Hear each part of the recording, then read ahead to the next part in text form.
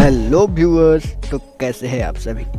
आज हम आपको इच्छाधारी नाग नागिनों के रहस्य को बताएंगे कि क्या सच में इच्छाधारी नाग नागिन होते हैं, क्या ये पृथ्वी पर एग्जिस्ट करते हैं और करते हैं तो कैसे। इन सभी रहस्यों का उत्पत्ति कहाँ से होता है, इन सभी रहस्यों में हम कैमरे में कैद वीडियो और वेद तथा वैज्ञानिकों का क्या मानना है सभी बताएंगे।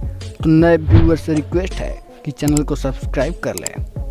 हिंदू पौराणिक ग्रंथों, किस्से, कहानियों आदि में कई तरह के नागों के बारे में उल्लेख मिलता है। हिंदू पौराणिक कथाओं में यह एक ऐसा कोबरा जाति का सांप होता है जो 100 वर्ष की उम्र पूर्ण करने के बाद रूप बदलने की क्षमता प्राप्त कर लेते हैं, फिर वह सैकड़ों वर्ष तक जीवित रहते हैं। वैसे तो आज के इस युग में सांप अधिक से अधिक 25 से 30 साल तक जीवित रह सकता है, जैसे हम इंसान 75 से 80 तक होते हैं, लेकिन इसमें भी कुछ इंसान 150 वर्ष भी पार कर लेते हैं। ऐसी एक किंवदंती भी है कि नागों में कुछ ऐसे नाग भी होते हैं जो सभी तरह का ज्ञान रखते हैं। जैसे इंसानों में सिद्ध संत होते हैं, उसी तरह नागों में भी सिद्ध नाग होते हैं जो किसी के भी शरीर का इस्तेमाल करके इंसानों का भला करते हैं। भारत के बहुत से ग्रामीण क्षेत्रों में कुछ विशेष लोगों के शरीर में नाग देवता सवारी के लिए आते हैं, और इंडिया में ही नहीं बल्कि और भी कई देशों में नागों के कई मंदिर हैं। यहाँ तक कि चीन भी इस इच्छाधारी नागों के अस्तित्व को मानता है। और जैसा कि हम सभी जानते हैं कि नागों के पास एक मणि होती है जो कि बहुत शक्तिशाली होती है। ऐसे में ही हम आपको एक वीडियो दिखा रहे हैं जहाँ नाग अपने मणि के पास चक्कर लगा रहा है। तो वीडियो आपके सामने।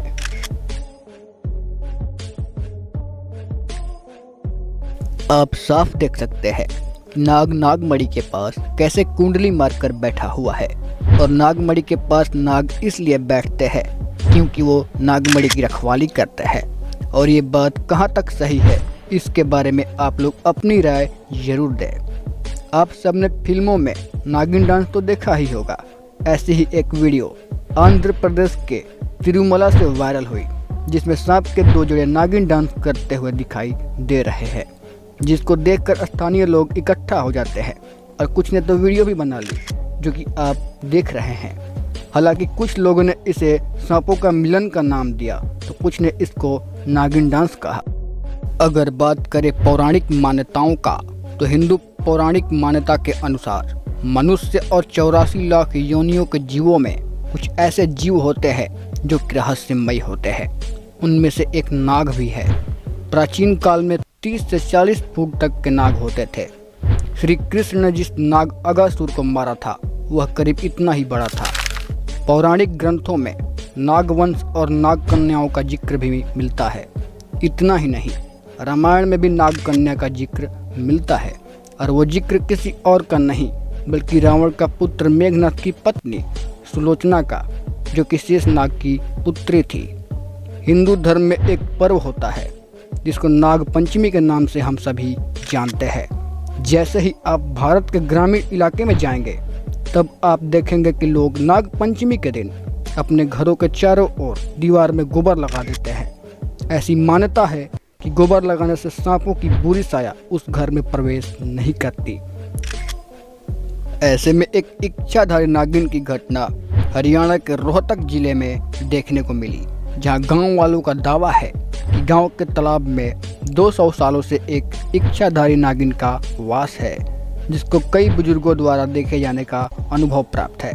ऐसे में गांव में अपने बच्चे सहित छुट्टी मनाने आए रामपाल सिंह, जो कि एक गवर्नमेंट एम्प्लॉय हैं, उनका कहना है कि इस गांव में उनके बच्चे को कोई किडनैप कर लिया था।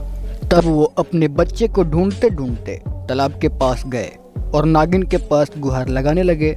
तभी उस तालाब से एक महिला की आवाज़ आई कि जाओ, तुम्हारे बच्चे को कुछ नहीं होगा। कुछ क्षण बाद बच्चा घर वापस आया और बताया कि चोर मुझे जंगल के रास्ते ले जा रहे थे। तभी अचानक एक बहुत बड़ा सांप सामने आया और रास्ता रोक दिया, जिसको देख चोर लोग भाग गए। और फिर उसके बाद कोई स्त्री मुझे उठाकर घर के पास छोड़ दी और गायब भी हो गई। तो दोस्तों, ये बात कहाँ तक सत्य है, इसके बारे में कुछ नहीं कहा जा सकता, क्योंकि विज्ञान भी अभी उस स्थिति में नहीं है कि इसका जवाब दे सके। ये दुनिया कई रहस्यों से भरी पड़ी है और वैज्ञानिक भी मानते हैं कि सांपों की दुनिया बहुत रहस्यमयी है। जिनके बारे में कुछ नहीं कहा जा सकता। तो गाइज आज के लिए बस इतना ही। वीडियो अच्छी लगी हो तो सब्सक्राइब कर देना। थैंक्स फॉर वॉचिंग ब्राइट जिंदगी।